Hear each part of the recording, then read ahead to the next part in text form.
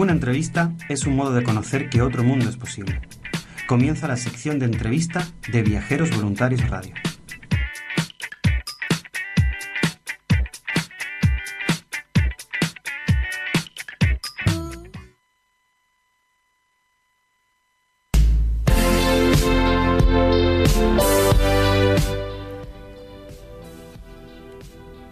Y nosotros estamos de vuelta aquí a través de tu programa Viajeros Voluntarios en nuestro segmento de Visión Ingenua. Estamos con nuestro coanimador Rubén Camacho Zumaquero, con quien vamos a tocar el tema de la permacultura el día de hoy.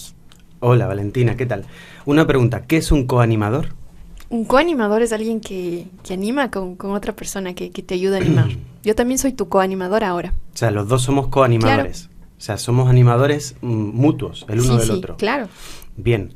Y el tema de hoy en Visión Ingenua es la permacultura. ¿Por qué vamos a tratar la permacultura? ¿Tú sabes de permacultura?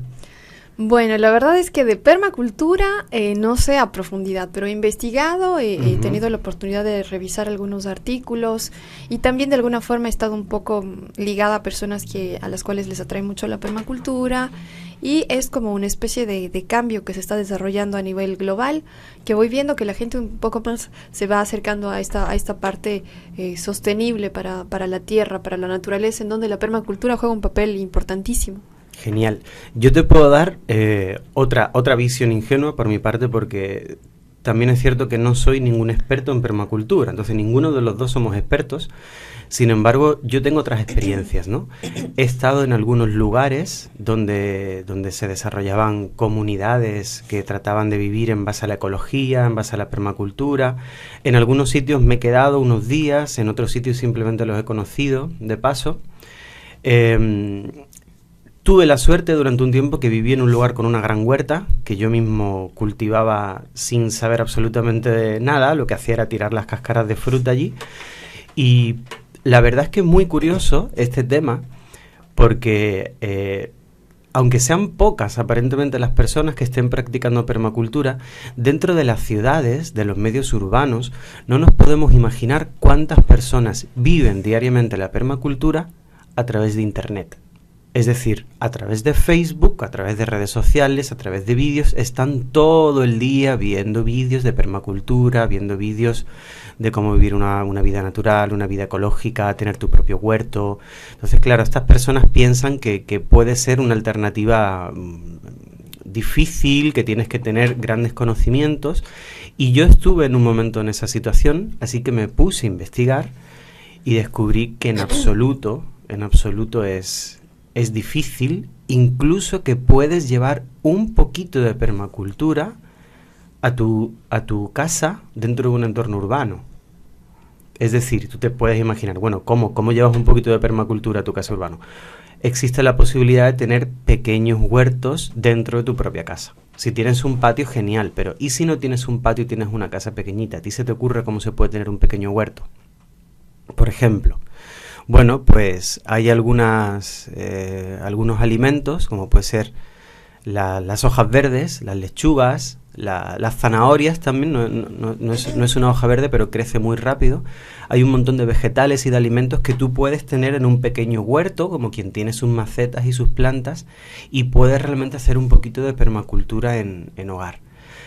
Igualmente, lo bonito de esto está poderlo hacer en un entorno natural. No sé si a ti te ha ocurrido algo que nos ocurre mucho a los seres humanos, no a todos, porque mucha gente está muy apegada a las ciudades, ¿no? Pero lo que suele ocurrir es la manera tan diferente en la que nos sentimos si despertamos un día en un entorno urbano o si despertamos en un entorno natural. O sencillamente cuando vivimos, aunque sea por unas horas o por unos días. ¿Qué es lo que nos pasa cuando estamos en entornos naturales? Nos pasa que ocurren pequeñas diferencias, ¿no? Sin duda es importante lo que tú nos mencionas, porque cuando uno va a los entornos naturales, uno como que se siente más descansado. A mí me pasa que yo siento que estoy descansada, que he descansado, que he dormido mejor, que me siento mucho mejor. O sea, la sensación de de estar mejor es innegable cuando uno está en los espacios naturales, ¿no? A veces cuando uno quiere descansar muchísimas veces de la ciudad, va a estos espacios naturales el fin de semana justamente por esa sensación. Hay mucha gente que lo hace inconscientemente, sin darse cuenta de alguna forma de que tal vez esta es la sensación que están buscando, porque uno descansa cuando está en estos lugares naturales. Hay una carrera universitaria que en España, por ejemplo, no sé si existe, creo que en Francia sí, y en España no sé si habrá algún lugar donde se imparta, que se llama paisajismo. Y tú dices, ¿qué es el paisajismo? Bueno, pues es una profesión que es una especie de mezcla entre arquitectura, ingeniería y jardinería, donde las personas aprenden la importancia que tiene sobre la percepción humana, sobre nuestra forma sobre nuestros estados de ánimo también, los paisajes que vemos en nuestro entorno. Por ejemplo, también es un modo de decoración. Por eso es completamente diferente cuando tú en tu casa tienes una decoración u otra, pintas de unos colores u otros. El paisajismo no se trata solo de decoración de interiores, ¿no? Que eso ahí estaríamos hablando más de eso, de decoración interiores o del feng shui o todas estas cosas, ¿no? Que juegan con los colores y los elementos para hacer que tu entorno te afecte a tu estado de ánimo de una forma más positiva y más propicia en función de lo que tú quieres hacer en cada lugar de tu casa. Paisajismo sobre todo habla de lo natural, de las plantas. Trabaja con las plantas para hacer grandes jardines, para dentro de tu casa tener las plantas de la mejor manera posible, para que jueguen también no solo una vida, sino también un paisaje, una estructura que a ti, a tu estado de ánimo, el mero hecho de levantarte por la mañana y ver eso, te beneficia. Entonces, si eso ocurre así dentro de tu casa, imagínate cuando estás en un entorno natural. A todos nos pasa que cuando la gente va a la playa y se queda mirando el mar, descansa. Tu creatividad aumenta mucho más a la hora de ver una puesta de sol, por ejemplo, en el mar, al ver esa línea, ¿no? de fondo entre el cielo y el mar. Ver montañas, estar en entornos naturales, respirar ese aire, que realmente tenemos que recordar que el aire de las ciudades está muy contaminado, no respiramos bien. Entonces, cuando estás en medios naturales, te das cuenta que realmente lo que tu fisiología, lo que tu organismo te está pidiendo a nivel biológico. Por eso respiras mejor, te tranquilizas, te relajas y la vida se hace como muchísimo más pacífica, muchísimo más tranquila. Siempre es bueno tener tu contacto con la naturaleza. Hay otro elemento más que este biológico, y esto no es una fábula, ¿no? Sino que está totalmente demostrado, que es el tema de pisar tierra. A mí siempre que voy a un parque me encanta, y creo que tendríamos que hacerlo todos al menos durante 20 minutos al día, que es pisar tierra o césped al menos durante 20 minutos. Pero sin zapatos, por supuesto, y sin medias o calcetines, me refiero a eso, sino pisar directamente con la piel. ¿Por qué? Porque el pie, pues, tiene muchísimas terminaciones nerviosas que están conectadas a todo el cuerpo, y creo que sí somos los únicos animales que existen que se ponen zapatos. Y si nos ponemos una goma que nos aísla del entorno, es porque estamos pisando también un terreno que no es natural, como es el cemento, o la madera, o otro tipo de los compuestos que utilizamos, ¿no? O la cal, otro tipo de compuestos que utilizamos en la ciudad. Entonces lo hacemos para protegernos el pie, pero realmente no es necesario. Hasta hace apenas, quizá 4.000, 5.000 años, el ser humano iba completamente descalzo, y cuando ha empezado a usar calzado, era un calzado que se ajustaba a la planta del pie, simplemente para protegerle en ciertos terrenos. Hoy día ni siquiera tenemos un calzado que se ajusta a la planta del pie, tenemos un calzado que tiene un amortiguador, como si fuésemos un coche. Y como no somos un coche, nuestra pierna, nuestras rodillas, nuestros tobillos funcionan de forma diferente. ¿Qué es lo que ocurre al llevar toda nuestra vida amortiguadores? No andamos bien, tenemos problemas en rodillas, problemas en tobillos, etcétera. Entonces, esto un poco es un tema de sentirse bien, ¿no? Pero el tema de pisar tierra también es muy importante. Podemos decir que el ser humano se ha urbanizado tanto que hemos perdido totalmente el contacto con nuestra vida natural. A mí me ocurrió algo muy curioso en un parque donde estuve, en el centro más o menos norte de Ecuador. Recuerdo que estuve un día en un parque y bueno, esto de pisar descalzo por los parques, a mí me encanta hacerlo, ¿no? Entonces, aquí, por ejemplo, en Buenos Aires lo hago siempre que entro a un gran parque lo hago. Y en España también lo hacía, y en casi todos los países donde estoy, en cuanto me encuentro con un parque, ando descalzo. Sin embargo, yo estuve andando por allí, incluso yo iba vestido en traje, o terno, como se dice aquí, y me descalcé, y vino curiosamente un guardia de seguridad, y me dijo, por favor señor, no haga eso. Yo, ¿por qué? Porque puede ensuciarse, puede haber microbios, puede haber bacterias. Es decir, vemos incluso que hay como un grandísimo desconocimiento sobre lo que realmente necesitamos y cuáles son los supuestos peligros. Una bacteria en un trozo de césped, bueno, y si la cojo mejor, 1/3 de todo mi organismo está compuesto por bacterias. Todos mis intestinos están llenos de bacterias que me ayudan a digerir alimentos y a la flora intestinal y a todo esto. Entonces, claro, la permacultura, bajo mi punto de vista y visión ingenua, es eso. Si tenemos una definición muy sencilla, sería eso. La definición sería que debido a una necesidad, que consiste en que el ser humano ha empezado a vivir, a urbanizar y a construir de una forma en la cual utiliza al medio ambiente como recurso infinito, cuando no es infinito, es finito. ¿Cuánto tardas en talar un árbol? Depende de la herramienta que tengas, desde 1 minuto a unos 20 o 30. ¿Cuánto tarda un árbol en crecer hasta llegar al tamaño que tenía cuando lo cortaste? 50, 100 años, depende del tipo de especie. Y esto ocurre con los árboles, ocurre con la tierra. Si haces un monocultivo a nivel de agricultura y gastas mucho la tierra con pesticidas, que se muere prácticamente, pasa con el agua, pasa con todo. Entonces, en un planeta que tiene recursos finitos, que es verdad que son enormes, ¿no? Tenemos un planeta inmenso, y hace un siglo era 3 veces más inmenso que ahora, pero le hemos agotado. Hemos empezado a vivir de una forma en la cual todos esos recursos finitos los estamos considerando infinitos. ¿Y qué es lo que está ocurriendo? Estamos aprovechándonos de los recursos naturales para vivir de una forma artificial que perjudica a los recursos naturales y nos perjudica a nosotros como especie. Y nos perjudica en nuestro estado de ánimo.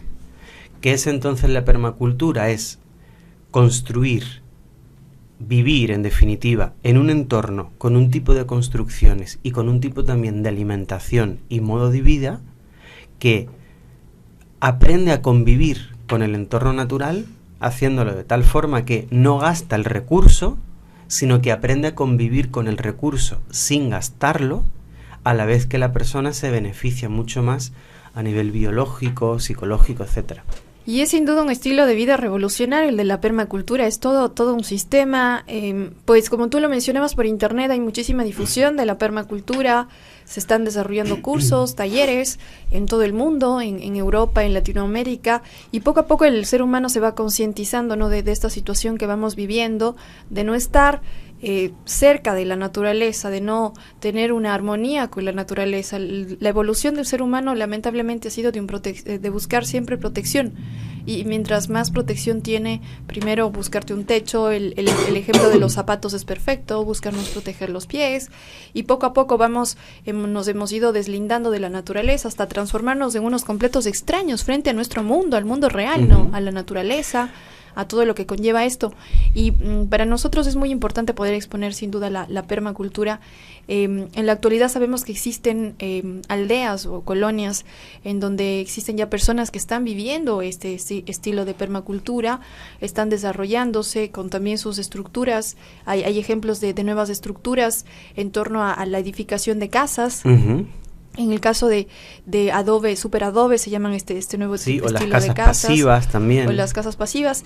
Y son construcciones que, además de ser mucho más afables para con nosotros en el sentido estético, nos sentimos más en familia, mucho más hogareños, pues además de esto también están en compromiso con la naturaleza, ¿no? Son edificaciones que no lastiman, no destruyen el ecosistema, e inclusive son mucho más seguras que las edificaciones estándar, ¿no? Entonces, es un tema sin duda importante el poder conocer cómo como seres humanos nos hemos ido cada vez volviendo como máquinas, ¿no? Perfeccionándonos, haciendo estructuras que tengan ciertas características perfectas, pero en cambio las edificaciones de este tipo de adobe, de super adobe, son mucho más lindas, si bien es cierto no tienen las medidas exactas como las suelen tener las casas hechas por los arquitectos estándar. Sí, son exactas, son las más exactas del mundo, porque ese es el secreto de que sean tan resistentes. Sí son exactas, pero el proceso al que me refiero es que no tienen el mismo acabado, entre comillas, que suelen tener las hechas por los arquitectos, en donde está medido exactamente con planos y todo este tipo de cosas. Existen planos y existen cosas, pero es también algo más que hay detrás de estas casas. Son hechas por el mismo dueño de la casa, con sus amigos. Sí, claro.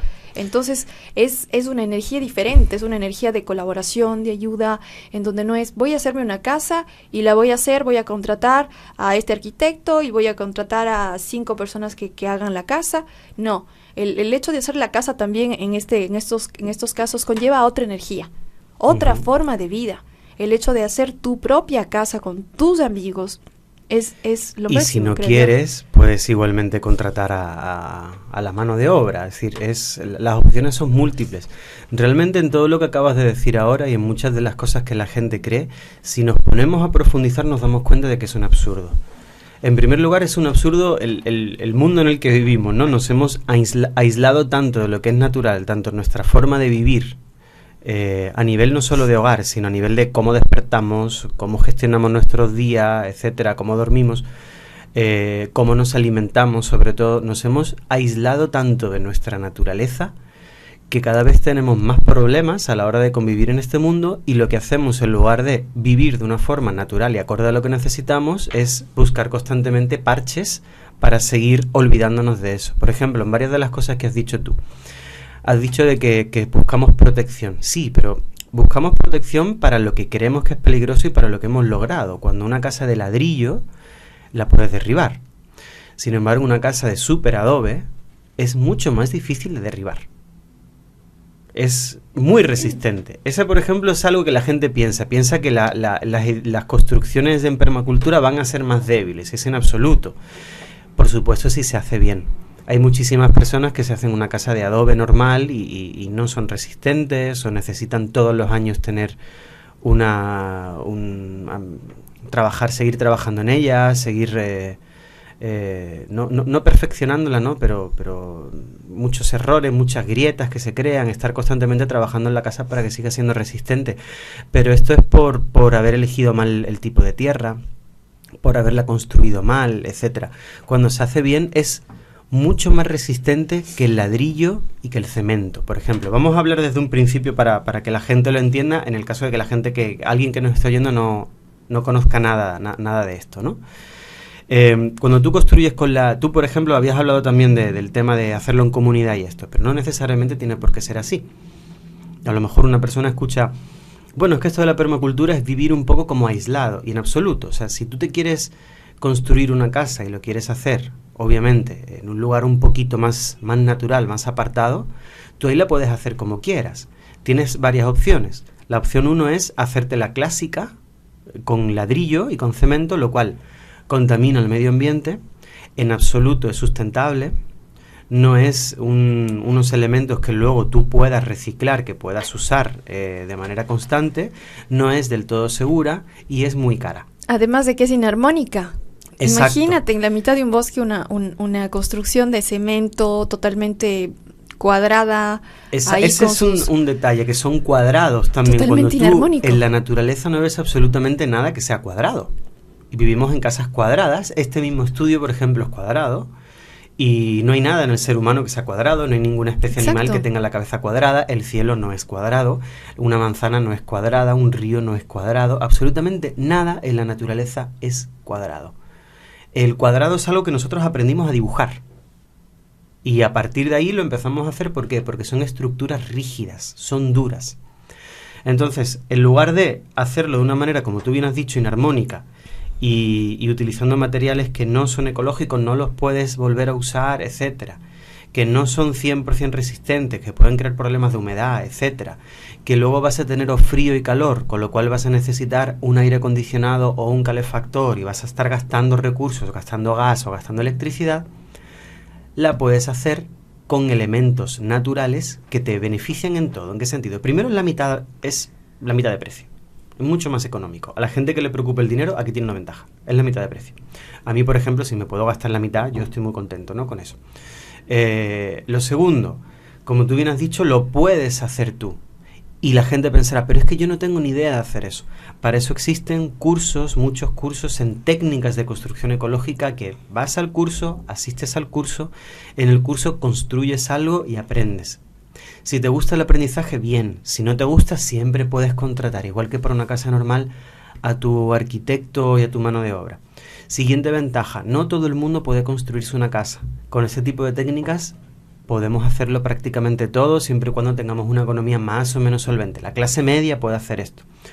¿Cuáles son las técnicas? Hay muchísimas. Hay para aburrir. Se puede hacer con paja, se puede hacer con tierra. La madera no es lo más biodegradable, pero sí, la madera un poquito más. Entonces ahí tenemos varios diseños, ¿no? La paja, que sabes que es un material que se suele utilizar mucho en la Amazonía. Cuando la gente piensa en paja, piensa que son casas de papel. Y en absoluto, si tú estás en una zona donde no corren fuertes vientos y no hay problemas geológicos, son casas perfectas y muy bonitas, se pueden hacer perfectamente bien. Pero bueno, vámonos un poco a lo más práctico y a lo más realista. Tú necesitas una casa 100% segura que pueda resistir un terremoto, un maremoto y una bomba nuclear no, pero un bazooka. O sea, un tanque. Bueno, ahí es donde entra las casas pasivas o el superadobe. Por diferenciar un poco, las casas pasivas a nivel de construcción también son rígidas, sigue siendo todo cuadrado, lo que se utiliza sobre todo es metal y madera.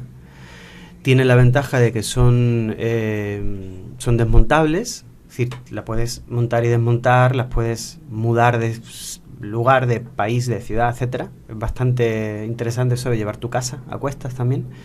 Son diseños muy bonitos, aunque igualmente lo que decimos son cuadradas, ¿no?, como las casas típicas. Y lo importante de una casa pasiva es que es un tipo de construcción que, por cómo está construida y por cómo utiliza los recursos, especialmente los paneles solares, etcétera, trata de que la casa en sí misma ocasione toda la energía necesaria. ¿Para qué? Para que no se tenga que invertir más en aire acondicionado, pagar electricidad, pagar gas, etcétera. Con lo cual es un gran ahorro de dinero, es mucho más ecológica, es mucho más autosustentable y solo con la misma casa lo obtienes todo. Ahora es importante esto recalcar que cuando utilizamos este tipo de técnicas volvemos a este mundo mucho más viable, le damos a este mundo una esperanza de vida mucho más larga. Más larga, claro. Hemos aprendido como civilización a depredar. A través de la agricultura, los monocultivos realmente han depredado la tierra, la matan. Los monocultivos, también tenemos el hecho de cómo se trata a los animales a través, por ejemplo, de la ganadería, de cómo están de alguna forma manejándose las cosas. Esto también está devastando al planeta. La forma en la que construimos las casas y despedazamos los árboles, ensuciamos el agua y cada vez estamos contaminando más. Es un sistema de vida que hemos optado, que se ha optado por seguir desde hace algún tiempo, ¿no? Y cuando nosotros llegamos acá a la Tierra, nos damos cuenta que estamos inmersos ya en este estilo de vida, en este sistema. Pero, obviamente, la permacultura es otro estilo de vida, otro sistema mucho más sustentable, que hace que como seres humanos nosotros tengamos la posibilidad de redireccionarnos hacia el lado correcto, y hacia lo tener que somos un mundo realmente, más claro, viable, a tener más contacto con la Tierra, con la naturaleza, con lo que somos en realidad. Y fíjate que el problema no es realmente la agricultura, por más que se pueda pensar así, porque el mero hecho de comer lo que tú encuentras en un árbol o lo que tú encuentras en la tierra, y el mero hecho de tener una serie de semillas y decir, oye, aquí, sin hacer monocultivo, voy a tener en un buen orden dentro de la tierra, sin gastar la tierra, sin hacer ningún tipo de daño a la tierra, voy a tener, no sé, calabacines y tomates, que no sé si el calabacín, pero bueno, por decírtelo totalmente seguro, calabacines y melones, que creo que son de la misma especie, eso es un simple detalle de inteligencia. el gran problema, es lo que hemos hecho con la agricultura a causa del poder. Como tú bien has dicho, es una cuestión de que nos hemos vuelto depredadores, y nos hemos vuelto depredadores por sistemas que hemos ido creando poco a poco, donde hemos terminado por pensar que tenemos que competir y que tenemos que producir de una manera masiva. Hay un dato que yo repito hasta la saciedad, y lo digo muchísimo. Esto lo descubrí, no sé, fueron hace 10 años que lo vi y se me quedó el dato. Y es el siguiente. En el mundo está demostrado, esto lo demostraron con una investigación muy fuerte, un metaanálisis que se hizo muy poderoso a nivel de estudios sobre agricultura, ecología, etcétera. Se demostró que en todo el planeta Tierra, solo con cultivo ecológico, hay con cultivo ecológico que da lugar a, pues eso, valga la redundancia, alimentos ecológicos, hay 3 veces más alimento por persona en todo el planeta Tierra de la necesaria. Es decir, tenemos una abundancia impresionante. Para cada persona del planeta Tierra tendría el triple de comida solo en cultivo ecológico si se cultivase bien, aprovechando bien la tierra y a la vez, por supuesto, sin gastarla. Porque lo que hace el monocultivo, que es todo el tipo de productos que terminan en los grandes supermercados, lo que hacen es gastar la tierra, con lo cual cada vez vas a tener menos. Y la tierra queda muerta, y ya no se puede volver a los cultivar, alimentos no saben los nada. nutrientes de la tierra. Luego también ahí tenemos el problema de los transgénicos, genéticamente, alteraciones genéticas. Ese es un parche. Para poder obtener, entre comillas, productos mucho más bellos, con mejores formas, con buenos colores. ¿Y no qué es es lo que solo ocurre con los transgénicos? No es solo cuestión de forma, es cuestión de que esas empresas te dicen no podemos seguir cultivando en esta tierra porque hay plagas o porque hay problemas, ¿no? Entonces, bueno, esta es un detalle de inteligencia también genética con la cual vamos a conseguir alimentar a muchas personas, ¿no? Ese es el lado positivo que ellos te venden, pero es algo que está en un gran debate, y está en gran debate por lo siguiente: es un parche. Es como lo que estábamos hablando, es como ponerte una amortiguación porque hemos construido suelos de cemento. Obviamente es diferente, ¿no? Es mucho más difícil levantar todo el cemento de las ciudades del mundo que no pensar en, oye, vamos a empezar a cultivar de otra forma, vamos a ser más inteligentes, vamos a ser un poquito más, a rescatar también conocimientos antiguos, como que todo lo que hacían los incas con las escaleras, no sé cómo se llamaban, las laderitas estas que te ves en Machu Picchu, los escalones, por ejemplo, esa forma de cultivar en escalada para no gastar la tierra y para no usar grandes cantidades de tierra y sin usar monocultivos. Ellos, por ejemplo, cultivaban hacia arriba en lugar de en lo plano, con lo cual era mucho más inteligente. Rescatar un poco todos esos conocimientos. Mira, el detalle de lo que te estaba comentando antes. Se demostró en cultivo ecológico que hay 3 veces más alimento por persona del necesario.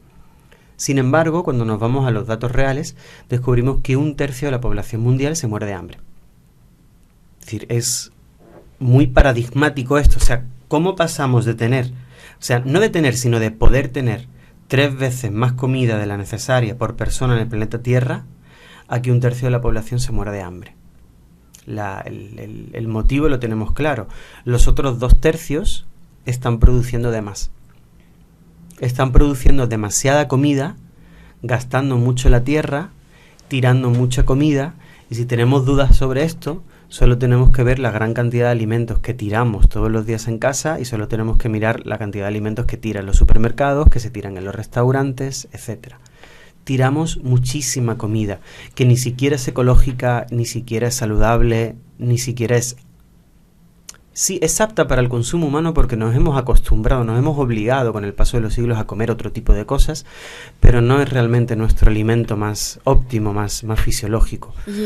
Y estamos tan llenos de químicos en los alimentos, todo está químico, todo te lo llevas y es algo ya químico, y en el momento en que tú dices, bueno, voy a comer frutas, son transgénicos. Entonces llegamos a un punto en donde realmente tenemos que cambiar el sistema y volvernos más acorde con la naturaleza. Muchísimas veces cuando vamos a escoger frutas, miramos algunas manzanas, no, estas manzanas no me gustan por su forma, pero esas son las mejores manzanas, son las manzanas de los huertos. ¿Y qué optamos? Optamos por manzanas que se ven mucho más jugosas, mucho más grandes, con la marca de la manzana, y generalmente estas manzanas son son transgénicas, por un lado, y a veces por otro lado también de alguna forma son llenas de pesticidas para cuidar el producto y llevan con químicos. Ese es el detalle, Valentina. Realmente el transgénico es muy difícil de detectar dónde está. Tú no puedes saber si realmente o no, y es bastante probable que no sea transgénico incluso. El problema no está ahí. El problema está en que más allá de que sea transgénico o no, está completamente... manipulado. No manipulado, sino que tiene muchísima carga de pesticidas. Entonces, eso en los lugares más... y de químicos, en los lugares más industrializados, ¿no? Pues suele ser así. En lugares donde tú tienes acceso a zonas más rurales, a mí me ha pasado viajando, ¿no? Que me he encontrado así, como manzanas feísimas, zanahorias muy pequeñas y con rabos muy raros, fruta y verdura que tú decías, es feísima, ¿no? Y estaba incluso lleno de tierra. Yo he comprado lechugas que tenían pequeños gusanitos, estando la lechuga perfecta. Entonces, esto en un lugar muy industrializado lo que haría sería que te daría asco y la tirarían a la basura o la lavarían con bicarbonato y vinagre para quitarle el bicho, ¿no? Yo, sin embargo, cuando veo que mi lechuga tiene un gusano, por supuesto la lavo y le quito el gusano, pero me doy cuenta que si tiene un gusano es porque la lechuga está viva. Y si la lechuga está viva es porque no tiene pesticidas. Entonces yo pregunto a la campesina que me vendió esa lechuga y le pregunto, ¿usted usa pesticidas? Y la campesina me responde que ni siquiera lo sabe. Y yo le digo, ¿usted a su huerta le echa algo químico? ¿Algún tipo de spray, alguna cosa? Y me dice, no le echo nada. Entonces, claro, existe la opción. La gran duda es, cuando vivimos en un terreno urbano, tan urbanizado, si realmente pensamos que tenemos que irnos a una zona rural, y no es así. Dentro de las ciudades hay mercados orgánicos. Hay gente que cultiva de forma orgánica. Hay grupos de consumo. En mi ciudad, Málaga, hay muchísimos grupos de consumo de fruta, de verdura, de vegetales ecológicos que simplemente se ponen en común y una vez a la semana llega todo eso a tu casa. Hay gente que lo hace, incluso agricultores ecológicos que lo hacen por correo. En Madrid es una barbaridad de sitios. Aquí en Buenos Aires hay mercados que son totalmente ecológicos. No son mercados que te encuentres aquí en Palermo a lo mejor, pero un poquito más al sur sobre todo sí. Hay grandes mercados que tienen su zona ecológica. Realmente sí hay muchísimo movimiento. Entonces el mensaje que yo creo más importante para la gente no es que piensen que sea difícil, sino todo lo contrario. No es difícil, no es para unos pocos, es algo completamente accesible. Si quieres comer orgánico, solo lo tienes que buscar y lo vas a encontrar fácil.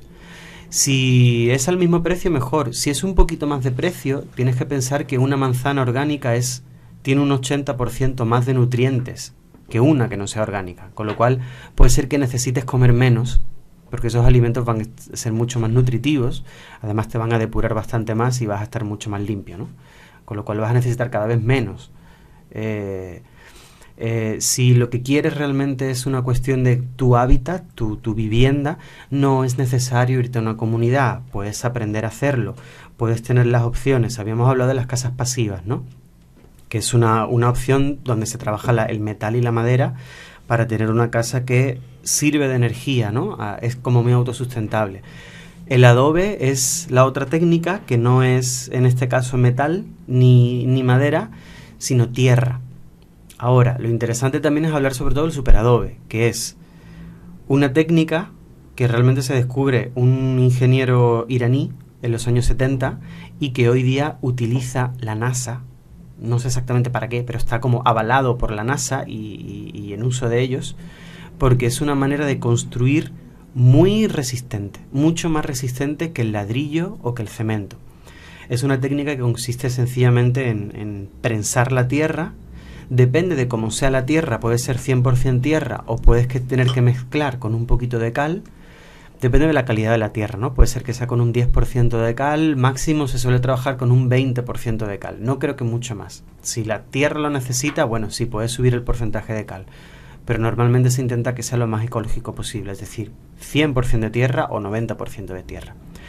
Y esa tierra se prensa dentro de unas telas, de tal forma que se va prensando y se va amontonando en una serie de domos, que son estructuras circulares, aunque también utilizando la madera se pueden hacer cuadradas, y utilizando también la madera puedes hacer 2, 3 pisos en una casa, de tal forma que utilizando la propia tierra del lugar, la parcela que tú tienes, que la puedes tener solo, la puedes tener con tu familia o con familiares o con amigos, utilizando esa tierra, construyes una vivienda que es totalmente resistente, es muy bonita, no requiere de cuidados, de estar constantemente haciendo mantenimiento de ella, y además te ahorra totalmente el gasto energético en frío-calor. ¿Por qué? Porque al ser aislante, al ser tierra, dentro de esa casa nunca vas a tener frío, nunca te vas a tener calor. Se va a mantener una temperatura constante alrededor de 15-20 grados.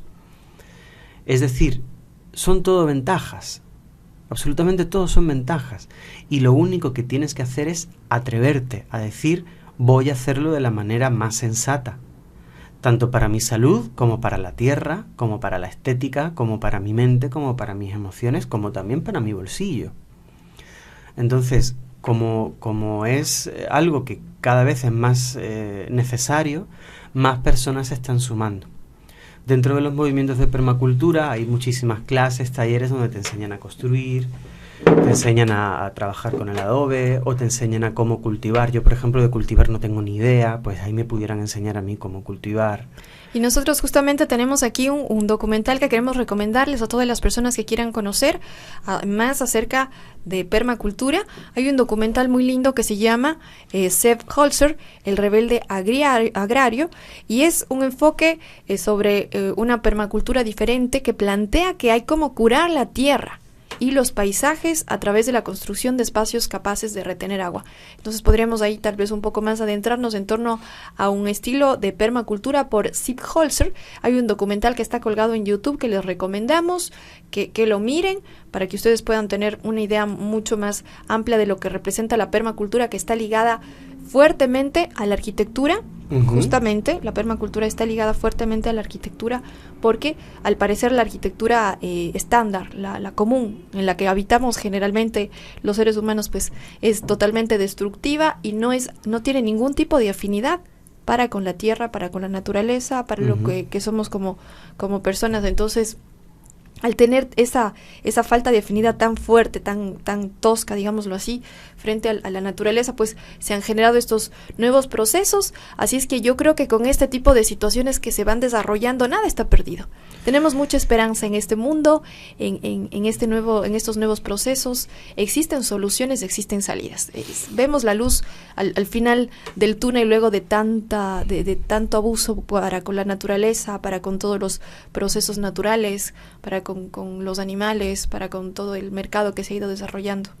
Eso es lo que hablamos un poco al principio, que es lo que nos pasa viviendo en entornos urbanos, porque solemos estar cansados, solemos tener enfermedades, o si no son enfermedades graves son gripes, o son alergias, o son cansancios, o es el ruido, o es el vivir también en entornos que no son muy armónicos, que son cuadrados, cuando el ser humano a lo largo de millones y millones de años de evolución, junto con el resto de animales, han desarrollado su psicología, sus emociones, su vista en entornos curvos, porque el cielo es curvo, claro, circulares, etcétera.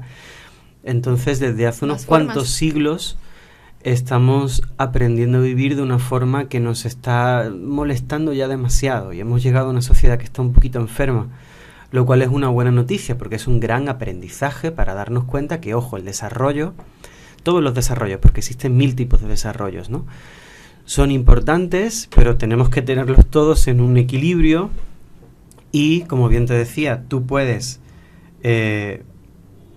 vivir, comer, dormir en lugares, en entornos, en formas de vida, con un tipo de alimentos que hagan que las cosas se gasten y cada vez estén en peores condiciones, o que lo hagas de tal forma que convivas con los recursos naturales de forma que no se gasten, sino que sigan perdurando y que sigan creciendo.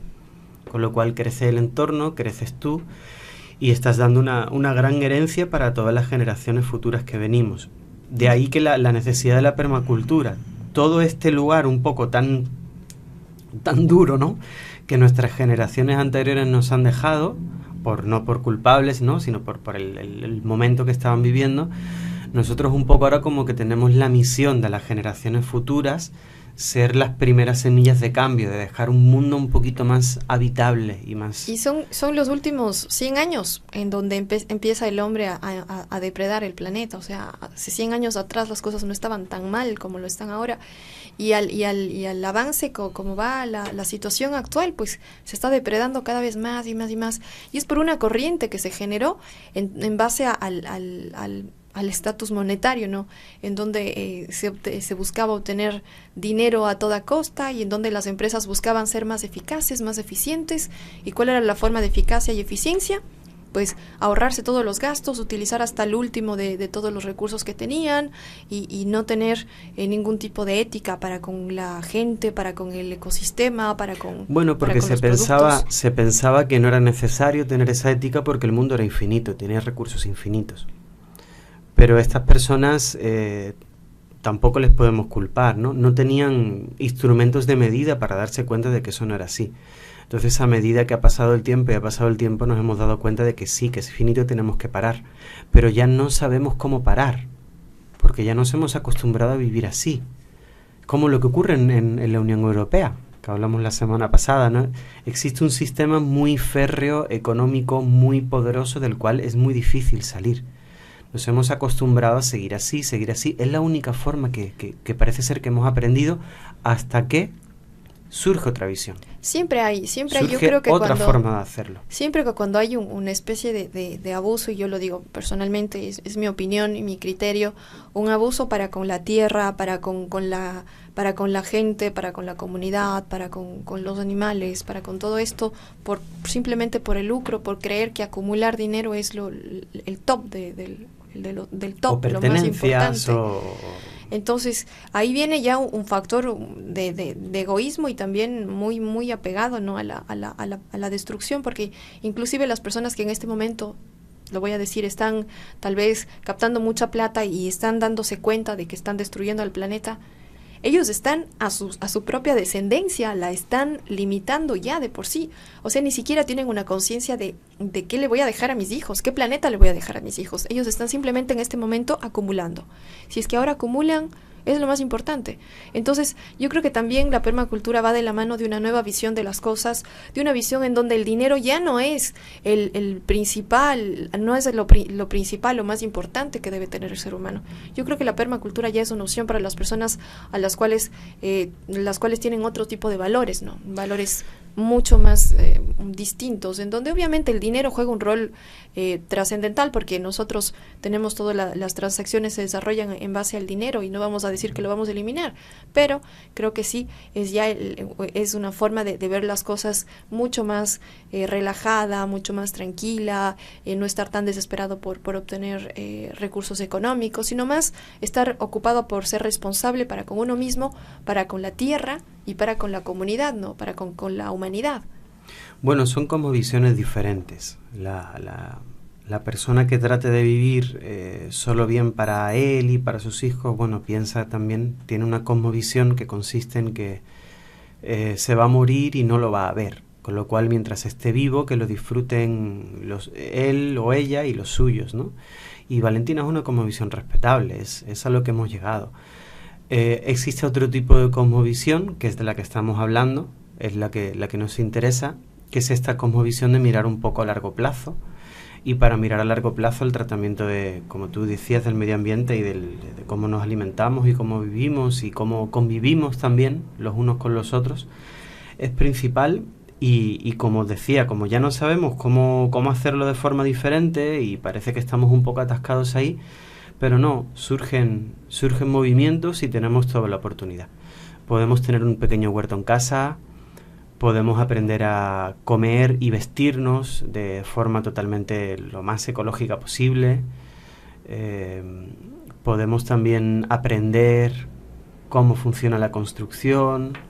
Podemos aprender a ser cada vez más autosuficientes para saber realmente qué estamos haciendo, cómo estamos consumiendo, cómo nos estamos comportando, y sabiendo cómo lo estamos haciendo y cómo se puede hacer de forma diferente, pues trabajar con un modo de vida que sí, que sea autosustentable y que nos sirva a nosotros, que nos llene de mucho bienestar, que vivamos muy bien y que sirva también para el que le venga como una buena herencia. Así es, muchísimas gracias Rubén por habernos acompañado justamente el día de hoy en este tema de la permacultura. Lo hemos querido tocar por el hecho de que se está gestando una revolución en donde hay una visión distinta de las cosas y en donde pues personas con otros valores que no son los estándares, los cotidianos, ¿no? El valor de las posesiones y del dinero está surgiendo y también el valor de tener un mundo más sustentable, gente con mucha más responsabilidad social, responsabilidad ecológica.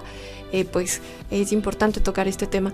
Nosotros llegamos hacia el final, recordándote que puedes escucharnos en nuestros horarios en el mundo. Nos escuchas a las 12 en Argentina, Uruguay y Chile, a las 10 en México, Ecuador, Colombia y Perú, a las 11 en Bolivia, Paraguay y Venezuela, a las 16 en Islas Canarias y a las 17 nos escuchas en España. Yo me despido deseándoles siempre lo mejor, que se la